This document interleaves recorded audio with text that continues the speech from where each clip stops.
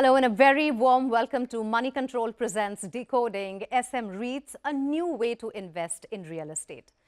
Today's session will focus on an exciting, evolving trend in the real estate investment space, which is small and medium real estate investment trusts, or SM REITs. We will be diving deep into understanding what SM REITs are all about, how they compare with other listed REITs and asset classes, and who these products are best suited for. Additionally, we'll also look into the practical side of it, how one can invest in SM REIT schemes and the factors to consider when choosing the right one. Joining me today, Kunal Moktan, co-founder of Property Share. Let me tell you a little give you a little information about Property Share. Property Share is the investment manager to India's first small and medium REIT. Kunal, it's been quite a journey. SM REITs, of course, the discussion of REITs started in 2010, and then SEBI got into regularizing with a framework in 2014, and now 2022 was a marquee year for you. Tell us a little about the journey of SM REITs as well, via Property Share's journey as well. Thank you so much for having me. So, interestingly enough, I've actually been part of both the REIT as well as the SM REIT sort of regulations. Right. Back in 2010, like you mentioned, I was at Blackstone Real Estate Fund. We had accumulated a lot of assets. Yes, and I remember talking to you back then as well. We had $2-3 billion of assets, and we didn't know how to exit them. And India didn't have a REIT sort of regulation at the time. So we did kind of go to the regulator and tell them about it, because for us, that was the big way that we could exit our portfolio. And at the same time, it was a very good way for the Indian retail and institutional investment space to get access to a securitized real estate product, which we didn't have, which, you know, I mean, in the US is $1 trillion. So, and that dialogue took a bit of time, and then SEBI, of course, was very receptive. The first regulations came out in 2014, and the very first REIT, which was the Blackstone sponsored REIT, Embassy Office Parks, came out in 2018. 2019, all right. The second one was also a Blackstone sponsored REIT, Mindspace. The last one, Nexus, was also a Blackstone sponsored REIT. So Blackstone did play a very big role in the whole REIT sort of regulatory space. And then on the SM REIT space, I mean, there are two ways to look at it. One, Property Share pioneered the first fractional ownership platform in the country in 2015, where we said, let's give people access to rent-yielding commercial real estate directly to a slightly sophisticated retail base. So we keep the minimum investment a little higher at 25 lakhs. And this was very successful. People loved the product. They liked being able to choose which asset to buy in which micro market, and who the tenant is, and so on. So it kind of took off. We did quite well. And about a couple of years ago, the regulator came to us and said, look, this is a very good asset class. It is giving access to investors to assets which are less than 500 crores, which is what the REITs are not touching right now. So we want to regulate this asset class. We'd like to come up with some regulations. At that time, we didn't know it will be SM REITs. We sort of I'm sure they had a lot of discussions on how to do it, but then they came out with a few consultation papers. And then finally, March of this year, they notified the SM REIT regulations. They've introduced an entirely new asset class called SM REITs, small and medium real estate investment trusts. And the way it's different from REITs is REITs are only allowed to list assets which are 500 crores and higher. But there is an entire universe of assets less than 500 crores in the country, which is huge, which CBRE just last week came out with a report saying it's worth $60 billion in the next 2-3 years alone. And they said, let's regulate this product as an SM REIT less than 500 crores. So that's how they came up with this new subclass within the REIT regulations called SM REIT for assets less than 500 crores. And Property Share played a pretty integral part in this, being the first fractional ownership platform, also the largest, because part of what SEBI was also trying to do, like I said, was regulate the FOP sort of business. It's interesting, the evolution of SM REITs from REITs and Property Share playing such an important role. What was that like, if you can tell me a little more in details? What was that collaboration with the industry like? And also, what were some of the points that you had in mind when this whole market opened up? So, I mean, if you really get into the process, the nuts and bolts of it, how exactly to structure this product in terms of a special purpose vehicle, what kind of securities, distributions, how you structure the capital structure to the investor, and so on. We did a lot of that work in the 8-10 years that we've been doing it, that's how it sort of the industry evolved, and everybody else sort of kind of followed what we had done, including the minimum ticket size and the structure of the SPV with debentures, so that you have a lesser tax for the ultimate investor, and so on. So that's sort of the process work that we've done for the last 7-8 years, and that's how it evolved into what it is today. So like I said, I think we played a pretty big role in it, but what happens from now on, I mean, the biggest scale is achieved when a product is regulated, and in fintech, which is where we are, regulation is a very, very big advantage. So it can either shut you down, or it can really help you scale. And the regulator in this case has taken a very positive view of the industry, and they've been very consultative. So I feel like we are quite privileged to be regulated by SEBI and what they've done with this particular regulation. So yeah, I mean, I feel like we've come a long way in terms of evolution, but we have a big sort of way to go still. Yeah, wonderful to hear that. When you say you have a big sort of journey from here as well, one of the things that comes to my mind is also the maturity of the market, and how are people looking at this SM REITs versus other traditional asset classes and REITs itself. So what would be your opinion on that? It's a common question. How do they compare with what is already available in the market? Yeah. So in terms of the retail investor understanding of this space, it's been quite good because of REITs. We have 4 REITs now listed, and we also have a few InvITs, as well as a warehousing REIT. So from 2018 to 2024, the REIT industry is already worth billions of dollars in India. And therefore, I feel like in terms of investor education, we've done a lot of the work already, because SM REIT is nothing, like I said, but a subclass of REITs. So in that way, it's a way to invest in a real estate asset through a securitized sort of manner. So there I feel a lot of the work has done. What we need to educate people on is how SM REIT differs from, let's say, a REIT, which is a very common sort of question. And the way it differs is, one, the asset size, which I already spoke about. A REIT is 500 crores and more, SM REIT is 500 crores and less, and therefore an SM REIT has fewer assets than a REIT. So REIT might have 6 business parks, worth 50 million square feet, and SM REIT will have maybe 2 or 3 assets, so maybe even one, 100, 200, 300, 400,000 square feet. So I feel that's the big difference. The second big difference between a REIT and an SM REIT is, in a REIT you're buying a basket of securities and a basket of real estate together. It could own an office building in Mumbai or in Bangalore together.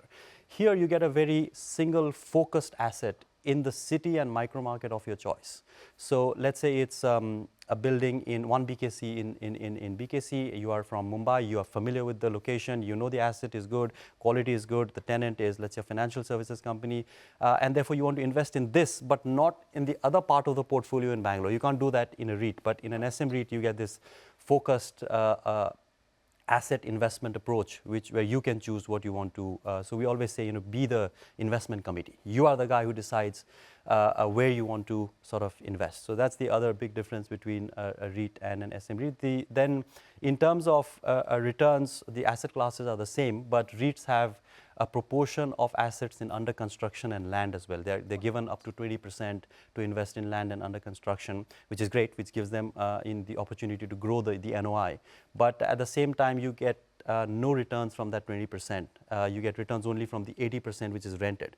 And therefore, it will always have a slightly lower yield compared to a product where 100% is fully leased. So an SM REIT cannot invest in an under construction asset. It's not allowed, or land. It has to invest in rent yielding assets, and therefore the yield is slightly higher than a REIT. In terms of what it provides, it's the same distributions on a quarterly basis as well as capital appreciation. The other big difference is, in a REIT, the REIT already owns the asset and it IPOs the asset. In an SM REIT, you raise capital and buy the asset.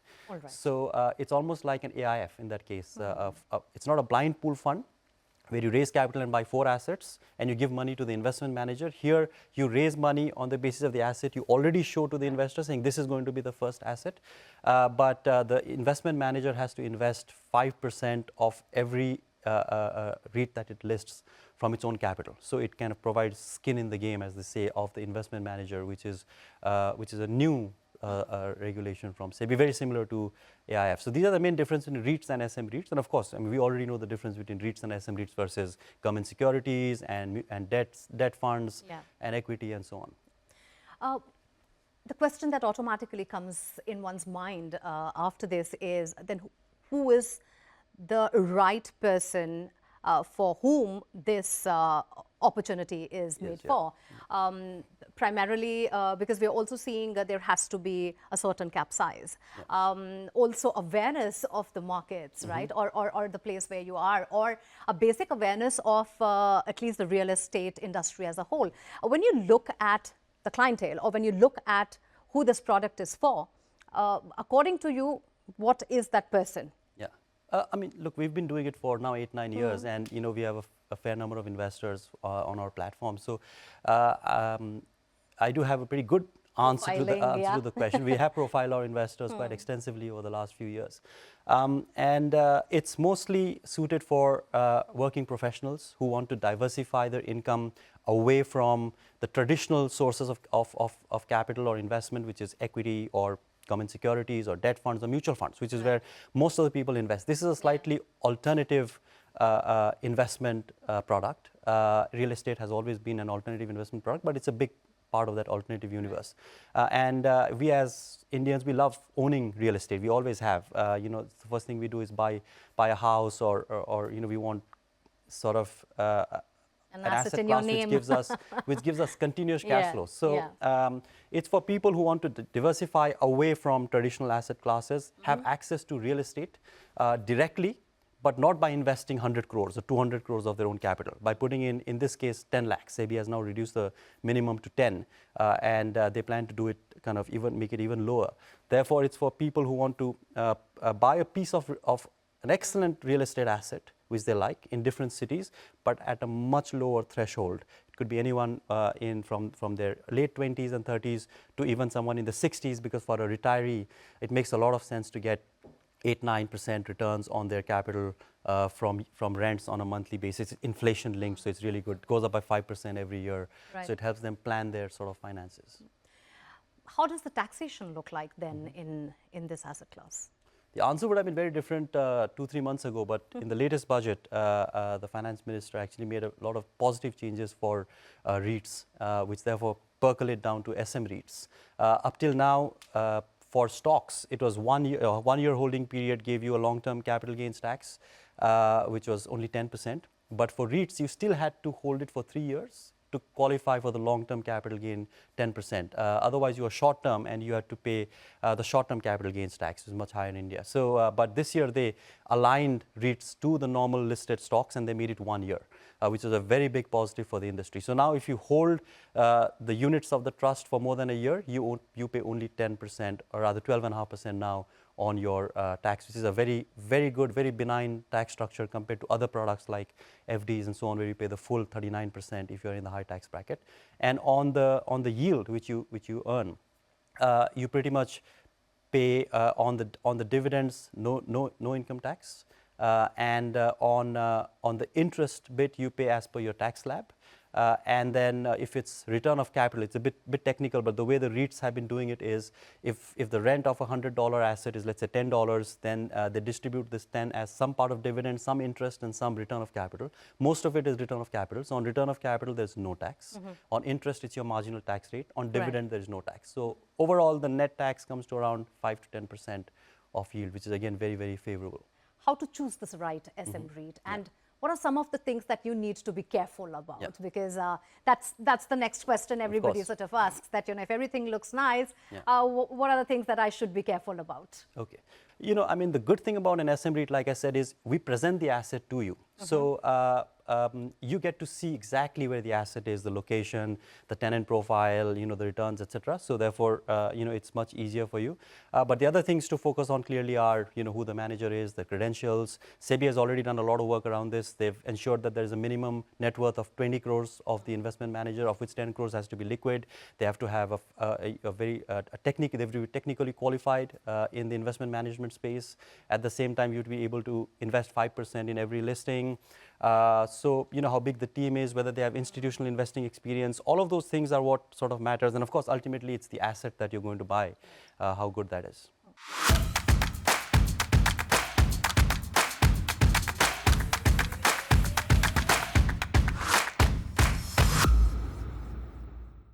Welcome back. I'm in conversation with Kunal Moktan, co-founder and CEO of Property Share, about SM REITs. SM REITs, or small and medium real estate investment trusts, are investment vehicles that allow individuals to invest in smaller fractional ownership of real estate assets, making property investment more accessible and flexible. And we've been talking about that. Where does Property Share go from here? We've been doing this Yes, for many years, of course. But the great thing, like I was mentioning earlier, is, because it's regulated, we can now really, the demand is not really a problem, because now we can go out in the market, we can work with wealth managers, distributors to distribute this product. Up until now, it was sort of in a gray area. It was not fully regulated, and therefore some of the bigger names in the industry were a little apprehensive about marketing this product, but that's all gone now. It's like an IPO, you sort of go out in the market, so demand is not a problem. Therefore, raising capital is not a big issue.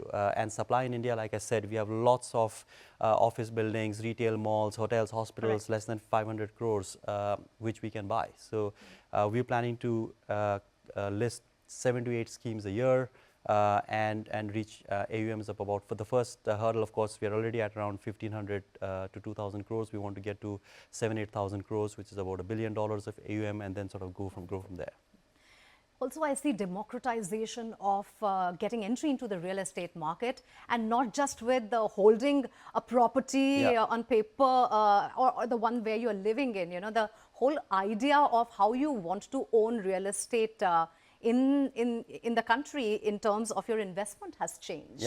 Gone are the days when it was looked at as an asset class, which is a solid building standing there in your name. Now first came the funds, and now this. I think that democratization is also happening of the investor, where he's getting to, as per his capacity, can actually invest in something that is taken care of by someone else, and yet they are making money from the market as the real estate industry is also going. Yeah, absolutely. Look, I mean, if you have only a couple of crores, right, then you'll only get a building worth a couple of crores. And in let's say 1 or 2 crores, you might end up getting a very small office building in a location you don't really want to be in, and the tenant is maybe a small, nothing against them, but a chartered accountancy firm or a law firm, not a multinational like Goldman Sachs or Microsoft or Amazon. And if you want those sort of buildings, you need 200-300 crores, which was the preserve of the family offices and high net worth and ultra high net worth individuals. They've been doing this for long periods of time, owning pieces of outstanding real estate on their own balance sheet, earning the income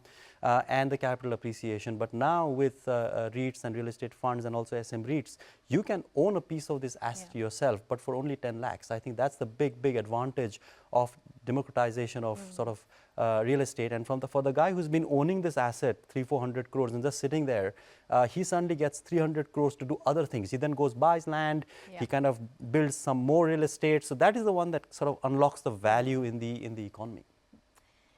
Kunal Moktan, thank you so much for this wonderful interaction and all the insights upwards and onwards from Thank you here. so much. Thanks a lot.